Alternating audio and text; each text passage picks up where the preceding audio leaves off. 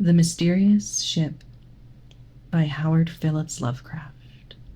Long version. Attributed to Anonymous. Chapter 1. In the spring of 1847, the little village of Ruralville was thrown into a state of excitement by the landing of a strange brig in the harbor. It carried no flag, and no name was painted on its side, and everything about it was such as would excite suspicion. It was from Tripoli, Africa, and the captain was named Manuel Ruelo. The excitement increased, however, when John Griggs, the magnate of the village, suddenly disappeared from his home. This was the night of October 4th. On October 5th, the brig left. Chapter 2.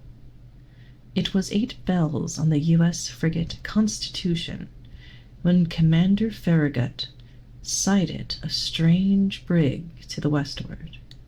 It carried no flag, and no name was painted on its side, and everything about it was as such would excite suspicion. On hailing, it put up the pirate's flag. Farragut offered a gun fired, and no sooner did he fire than the pirate ship gave them a broadside. When the fight was over, Commander Farragut missed one man named Henry F. Johns. Chapter 3.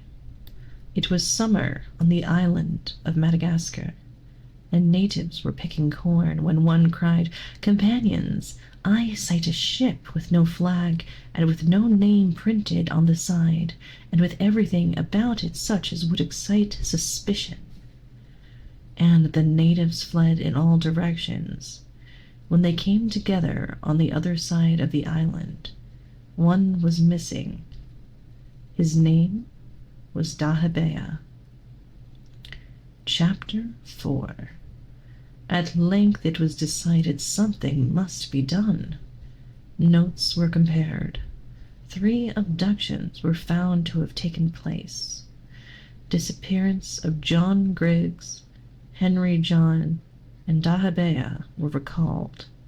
Finally, advertisements were issued offering a £5,000 reward for the capture of Manuel Ruelo, ship, prisoners, and crew.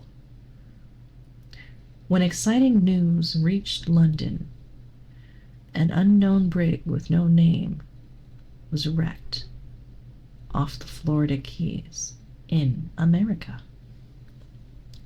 Chapter 5. The people hurried to Florida and beheld a steel spindle-shaped object lay placidly on the water. Beside the shattered wreck of the brig, "A submarine boat," shouted one. "Yes," shouted another. "The mystery is cleared," said a wise-looking man. In the excitement of the fight, they launch the submarine boat and take as many as they wish unseen, and "John Brown has disappeared," shouted a voice from the deck.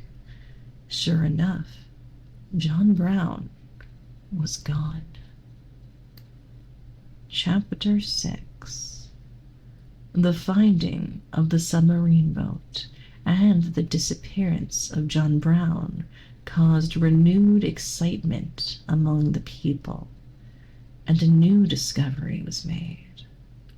In relating this discovery, it is necessary to relate a geographical fact. At the North Pole, there is supposed to exist a vast continent composed of volcanic soil. A portion is open to travelers and explorers, but it is barren and unfruitful, and thus absolutely impassable. It is called No Man's Land. Chapter 7. In the extreme southern part of No Man's Land, there was found a wharf and a hut, and every sign of former human habitation.